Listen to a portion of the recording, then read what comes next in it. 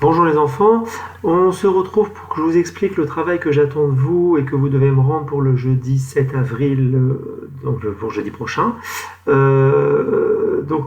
Après avoir étudié la démographie, la croissance démographique durant le Moyen Âge et d'avoir noté la leçon, on va s'intéresser aux lieux où pouvaient vivre ceux qui prient, ceux qui combattent et ceux qui travaillent. Alors pour pouvoir travailler sur les lieux, je vous ai préparé un petit document que vous allez pouvoir télécharger, ou du moins afficher sur votre ordinateur.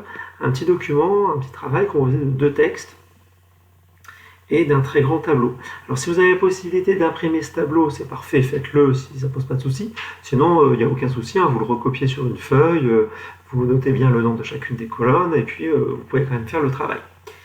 Donc en fait, qu'est-ce que j'attends de vous ?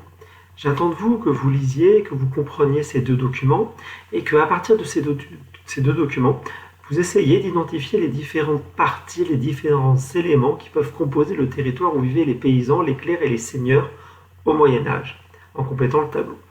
Alors attention, ce que j'attends, c'est pas de vous donner des noms de villes ou de villages ou de lieux, non, c'est que vous me trouviez des parties du lieu dans lequel ils vivent. Ça peut être des salles de sport, vous notez bien que ça n'existait pas au Moyen-Âge, des parkings à vélo, ça n'existait pas non plus au Moyen-Âge. Mais voilà, ce sont ces types de lieux que je cherche, que vous pouvez trouver dans ces 2 documents. Une fois que vous avez trouvé les noms de ces lieux, vous pouvez les noter dans la première colonne. Pour chacun des lieux, vous essayez d'en faire une rapide définition. Vous en donnez la fonction, à quoi ils servent, et le ou les acteurs, c'est-à-dire quel personnage, est-ce que ceux qui combattent peuvent y aller, est-ce que c'est réservé qu'à eux, ou à ceux qui prient, ou à ceux qui travaillent, ou à deux, où tous les acteurs peuvent y aller. D'accord ? Alors juste au niveau des textes. Bon, ce sont des textes un petit peu compliqués, je le reconnais, parce qu'en fait, ce sont des textes du Moyen-Âge, avec du vocabulaire du Moyen-Âge, des expressions du Moyen-Âge. Essayez de vous y confronter. N'essayez pas forcément de chercher tous les mots dans un dictionnaire, de toute façon vous ne les trouverez pas. Dites-vous bien que tous les mots avec une majuscule, c'est soit des noms de villes, soit des noms de personnes, de personnages. Vraiment, essayez de vous concentrer sur les noms de parties, de lieux, pas de lieux au sens d'un lieu géographique, une ville ou un village, mais de bâtiments, mais aussi de lieux qui ne sont pas des lieux construits par l'homme, qui composaient le territoire où vivaient les paysans, les seigneurs et les chevaliers, ceux qui combattent, ceux qui dirigent au Moyen-Âge. Faites vraiment bien attention à ça.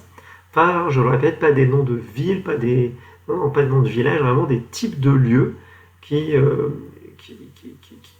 c'est ça que j'attends de votre part. Juste une précision sur le texte. Ici, vous avez un texte qui vous parle d'un contrat de vassalité, c'est-à-dire, je ne rentre pas dans les détails parce qu'on en reparlera, c'est-à-dire d'une relation entre 2 personnes et une personne qui va se soumettre à l'autre. Et ici, vous avez un inventaire des droits et des biens, c'est-à-dire que quand c'était au vassal Jean de Choiseul, vous avez ici donc une personne qui s'est soumise, et lorsque cette personne s'est soumise, celui qui accepte sa soumission lui donne quelque chose en échange, et là c'est la liste de tout ce qu'elle lui donne. Bien, j'espère que vous avez compris, j'espère que vous arriverez à faire ce travail.